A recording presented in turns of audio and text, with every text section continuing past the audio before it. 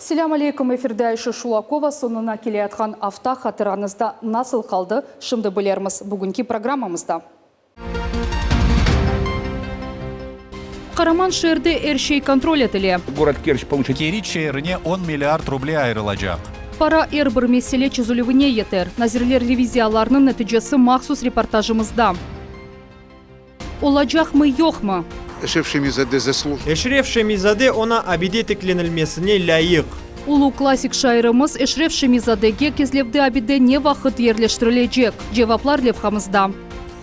Дельтадан еді керетеш жеп. По нашей станции сегодня. Bizim станциямыз бойынша бүгін коронавирус себебінден еді чықыш oldu. Субуклановка бекоруне. Өзі өсе баларны бөле аямай. Омикрон Қырымда.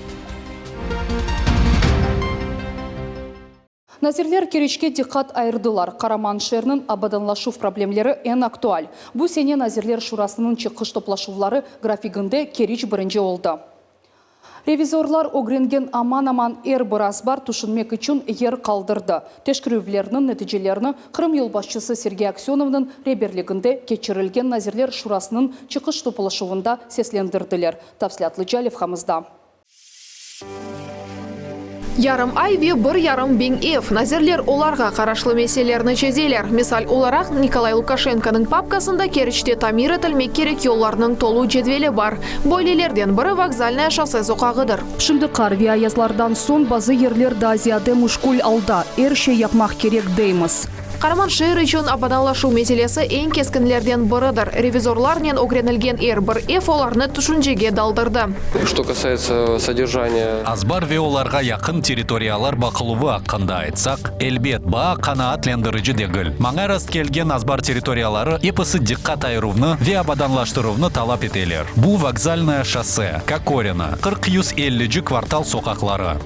Шердің нахлияциясында ең бұйық меселелерден бірі бұл дұрақлар етішмемезлігідір. Жемқұрет елбасшысының шахси авалесі бойынша 67 дұрақ ерлештірілмектен ғайры умуми мимари услүпте олмалы. Керечтегі Блюхера соқаға ақында адамлар бойлей дейлер. Не машинанен, не де пияде кечмек мүмкін. Дороги это вообще проблема. Yollar bu asılında büyük mesele bizde çok ısı adamlarda olğanı kıbı maşınalarımız var ve olar bu yollarda tıkalıp kalalar. Bizge musafir kelgende olar evge yakın kelip olamaylar. Ya da misal için bir kimse buzdolap satın alsa onu evge getirmekinin çaresi yok. Керечінің 16 тасил мойыстесі кечкен сене мемурларының диққатында еді. Шымды оларының бірінде фаал тамират алып барыла. Бұл Керечінің ең ескі мектеплерінен бірідір. Оңа яқын ерде заманауи спортив комплекс құрылды. Ескі мектеп бинасыны есе йықмаға көз батмай. Құрмақ үшін есе чоқ вақыт керек. Бұл ерде балар 9-шы сыныфқа оқилар. Олардың сайысы чоқ дегіл, оны яваш-яваш ямамаға қарар алынды. В связи с тем, что мы находимся... Біз шерінің ұзақ көшесінде ерлешкеніміз себебінден бұл ерде яшаған балалар чоқ дегіл. Мектеп өз көчіні таздықлай. Қысмен тамират кечірмеге қарар алынған еді.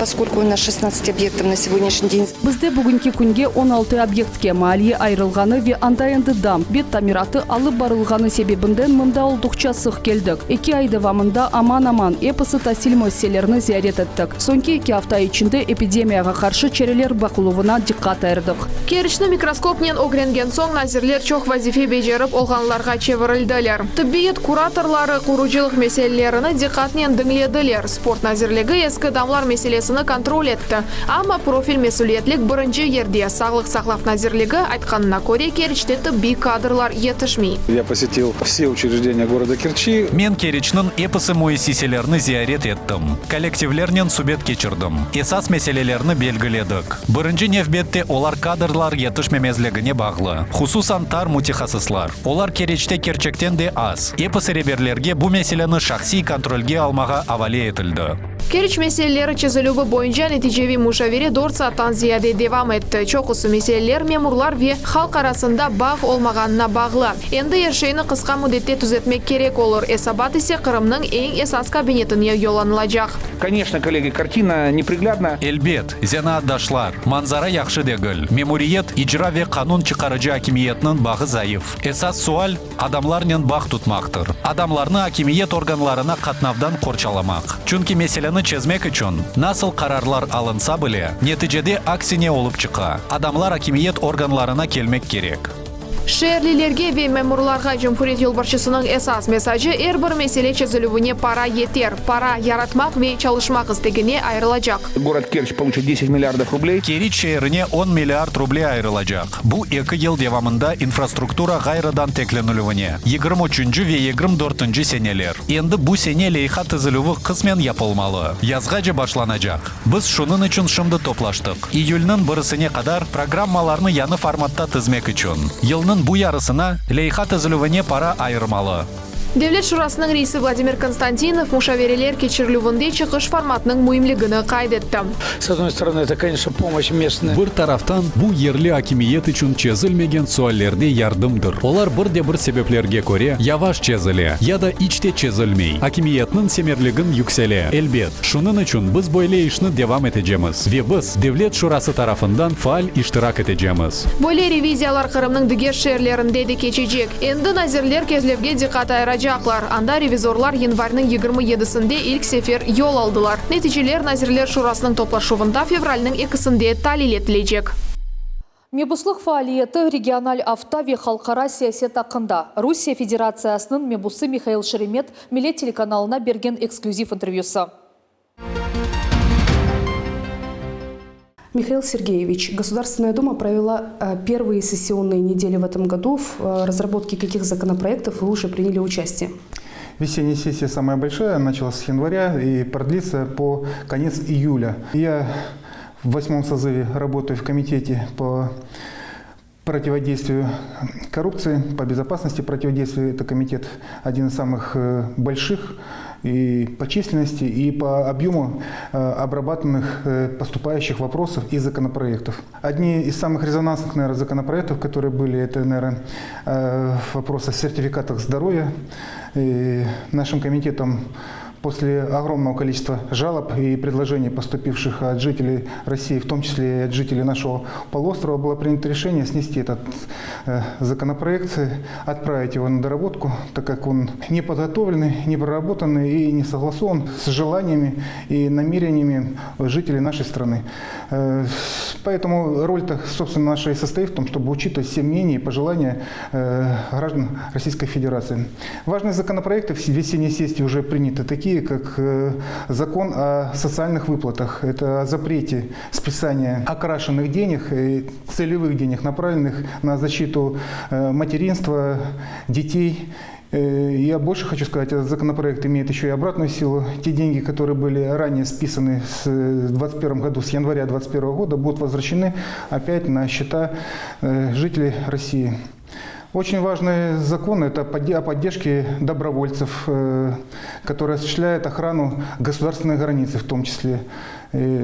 Важный законопроект об экстремизме. Это он очень актуален на сегодняшний момент. Вы неоднократно обращали внимание, что поступает большое количество звонков. Вынуждены все службы, специальные службы реагировать на данные звонки. Огромное количество денег государственных, бюджетных уходит на данные мероприятия. И результатом стал данный законопроект, который будет блокировать звонки, поступающие из западных серверов. Как правило, эти звонки поступают из Украины, из Соединенных Штатов Америки, Японии. Также будут блокироваться сайты, которые пропагандируют экстремизм, терроризм. Поэтому очень много законопроектов, которые явно необходимы были еще вчера, но, слава богу, приняты в сессии. Каков ваш законотворческий план на текущий год? На самом деле планы грандиозные. Мне даже не на текущий год, у меня на ближайшую пятилетку, потому что те наказы, которые были даны и нашими избирателями, их сегодня необходимо будет все в полном объеме прорабатывать. Они уже проработаны, многие уже направлены в виде законопроектов для согласования с профильными комитетами. Конечно, расписаны планы не только на ближайший год, на ближайшие 5 лет, потому что задач очень много поставили наши граждане, которые мы обязаны выполнить. Впереди региональная неделя. Сколько встреч с избирателями уже запланировано? На региональной неделе запланировано 3 встречи с жителями города Ялты, Черноморского района и непосредственно в городе Симферополе, где по численности самое большое население у нас. Поэтому в Симферополе, как правило, на каждой региональной неделе у меня присутствует Симферополь и уже другие муниципалитеты для того, чтобы в течение года охватить в полном объеме всю территорию нашего полуострова. С какими проблемами и вопросами к вам чаще всего обращаются? Знаете, проблемы и вопросы абсолютно разные, начиная от установки мусорных баков и заканчивая внесением изменений в федеральные законы Российской Федерации с предложениями уже конкретными. Вот недавно обращались военнослужащие Перевальнинской воинской части, даже не военнослужащие, уже пенсионеры, о том, что введены дополнительные понижающие коэффициенты на пенсии военнослужащих. Для того, чтобы их снять, необходимо было разработать законопроект. Мы его разработали и направили на отзыв в правительство. Ждем ответа для того, чтобы уже дальше приступить к дальнейшим реализации данного вопроса. На Украине и на Западе сейчас активно нагнетают истерию вокруг якобы возможного конфликта между Россией и Украиной. Как вы думаете, в чем причина этих инсинуаций? Для того, чтобы ответить на этот вопрос, мы должны задать, кому это выгодно, прежде всего. Конечно же, это выгодно нашим недругам. Конечно же, это нагнетание идет с целью того, чтобы создать точки напряжения, чтобы завуалировать и оправдать свое нахождение вблизи наших территориальных границ. Конечно же, для того, чтобы вводить новые санкции. Конечно же, это интересно для того, чтобы сдерживать Россию, создавая точки напряжения, отвлекая от насущных экономических, скажем так, проблем. Поэтому, к сожалению, Украина сегодня выступает в роли разменной монеты, не самого высокого номинала, я бы сказал, такого жертвенного барана. Поэтому наша сегодня задача с вами сплотиться, объединиться вокруг нашего главного командующего, как это мы делаем всегда в самые тяжелые, непростые ситуациях, и не дать никакого, ни малейшего шанса на реализацию планов наших западных агрессоров. Защищен ли сегодня Крым от возможных провокаций со стороны Украины? Безусловно, защищен. Сегодня Крым представляет себя неприступную крепость для врагов. И шансов никаких нету у наших противников для того, чтобы... Хотя они нас проверяют на прочность периодически, и мы даем понять, что и проводим красные линии, через которые они не имеют права переходить. Сейчас в Госдуме активно обсуждается вопрос о возможном признании ЛНР и ДНР. Как вы к этому относитесь? Я отношусь абсолютно положительно. Считаю, что это уже запоздалый вопрос. Его надо было принимать еще раньше. Я считаю, что это... Признание ЛНР и ДНР прекратит все инсинуации, скажем так, спекуляции на теме Минских соглашений, а самое главное, прекратит братоубийственную войну, не позволит тому, чтобы осуществлялись провокации террористической направленности в том числе, и гибли наши люди. Мы должны помнить о том, что на территории ЛНР и ДНР проживает огромное количество не только наших соотечественников, а непосредственно граждан Российской Федерации. Все чаще действующие политики, западные политики, заявляют о российском статусе Крыма, о том, что он навсегда с Россией, и эту ситуацию не изменить. О чем мы все уже говорим уже почти 8 лет. Да слышат и понимают они все на самом деле. Просто уже, знаете, на каждый роток не накинешь платок. Уже давно приняли статус Крыма, если бы не давление одного из государств, которое считает себя исключительным по отношению ко всем государствам на нашей планете. Все прекрасно осознают, что Крым – это просто предлог для того, чтобы вводить новые санкции экономического, прежде всего, характера, чтобы подорвать экономику страны, чтобы она не могла развиваться ни в каких направлениях, ни социальных, ни политических, ни культурных. Поэтому это идет такая, скажем так, холодная война, и ничего здесь нового нету. Я уверен, что скорее рано, чем поздно все государства придут к тому, что признают Крым, и гегемония одного государства существовать не будет. Сегодня многополярный мир, и они в ближайшее время это осознают. Михаил Сергеевич, спасибо за интервью. Пожалуйста, обращайтесь. Спасибо. Қырымда коронавирус хасталарының сайысы кенеді арта. Яна микрон штамда ось есесіні қоша. О тибеджелерге таныш олған дельтадан да тезже дарқала. Көрінмеген ве бір кімсена жымаған вирус озыны суықлану кібі алып бара. Енді телюке группасында балалар. Ве бұл хасталық да не қадар девам етежегі тек бізге озымызге бағылы. Бригада 174 на вызов. Фельдшер Мавиле Османова сменага енді турды. Аз вақыт кечмезден чағыруға кетмек керек деділер. Бригада бір хачдаққада yolға чықап. Хастайысыны жоймағаны белі, оның беден сычағы пек юксек ве ұқсырывы бар. Алеметтер ковидке ошата. Демек құрчаланған урбасы солмас. Потихоньку начинает расти. Сычағы көтерілгенлер иле чағыруларның сайысы яваш-яваш арты башла эксериеті bu elbet баллар ола. Бригада ерінде фельдшер хаста янында бір саат қадар бұлына. Бұтын айле хаста олғаны белі ола. 6 человек, 2 взрослых и 4 детей. Бу 6 кышы, 2 буюк ве 4 бала корантаның бір азасында ковид тапылды. Хастаханеге ятмақтан рет етті. Евге бөлік терапевтіні чағырачақ. Ковид кенеде күреш елуна чыға. Минздрав хасталарының сайысы арттырмасыны қайдетті. Күн онлар жымыражат ола. По нашей станции сегодня было порядка. Bizim станциямыз бойынша бүгін коронавирус себебінден еді чықыш олды. Егер станция бойынша сайсақ, суткада коронавирус юқма хасталары 35-тен зияде ола. Крым бойынша статистика кергін. Күнде 300-ден зияде хаста. Омикрон адлы яныштан вазиетке да зияде раатсызлық қоша. Ойынды ярым адамызда. О дельтадан еді кере тест жеуқа. Ондан тек көр хасталығы тест жедір. Бір адамдан хасталық 9 кишіге юқмасы мүмкін. Омикрон хасталығы еңгілже кече ве ақ жігерлерге зарар сирекче ола. Алеметлері ОРВИ хасталықларына бензей, ама диқатлы олмақ керекміз. Кто вакцинирован? Кім ашы яптырған олса, эмдері вакцинациядан кечкен олса, бойле адамлар атта хасталанса біле, амелият көстергені кібі хастаханеге оғрамайлар. Бұны адей суықланув кібі кечерелер. Шымды балалар телюке группасында омикрон 2-ден 5-ке яшқа же кенчелер için айрыча хафлыдыр. Вирус юқары нефес елында фальдар қала. Нәтижеде бронхит ве бронхолитлер пейда ола. Более выраженные катаральные симптомы. Бұға зағырта бұрын қапала білеве беден сычағы көтерле. Базы вақыт ана бабалар оны ади грипп инфекциясы деп белейлер. Егер бала хасталанса біріншіден хастаханеге мұражат етіңіз. Ершейні вақтында тоқтатмақ керекміз. Енді бала бақчаларда бір қач группа карантинге қапалды. Бір қач үсталебе дистанционы қуфға кечірілді. Бұл сыныфларда коронавирус хасталары тапылды. Дистанционное обучение проходит. Дистанционы қуф стандарт штат режимде кече былтыр олғаны кібі балалар мектеп сечкен модель бойынша тәсіл алалар. Бұл яда онлайн дерслер, яда электрон шекілде вазифелер ола біле. Ершей бежерлеве ожаларға дешкеруге тапшырла. Крым акиметі кенеде 60 яштан артқач адамларны самоизоляцияға йолады. Девлет ішчелерінің ярысы есе evden çalışалар. Поскольку омикрон... Бүгінгі күнге же белі олған башқа штамларға баққанда омикрон баяғы тезже юққаны себебінден ұзақтан çalışмақ бұл әлбетте адамлар бір-біріне бұны дарқатмаларындан құртарар ве хасталар азжа олур. Шахси шirketlerге де хадимлерні дистанцион шекілінде çalışуға кечірмеге тевсие етілді. В этом смысле нам максимально тяжело. Бұл себептен біз үшін ашханеде çalışқанларының сайысыны 50%-ға қысқартмақ пек қиын. Біз өз тарафымыздан офисте çalışқанларны evlerine yolладық. Олар епісі ұзақтан çalışалар. Имкан олғаны қадар біз адамларны yolладық. Ве үміт етеміз ки, белки 50%-ға етіп олурмыз. Ама керчек айтсам, бұл біз үшін пек ағыр олур.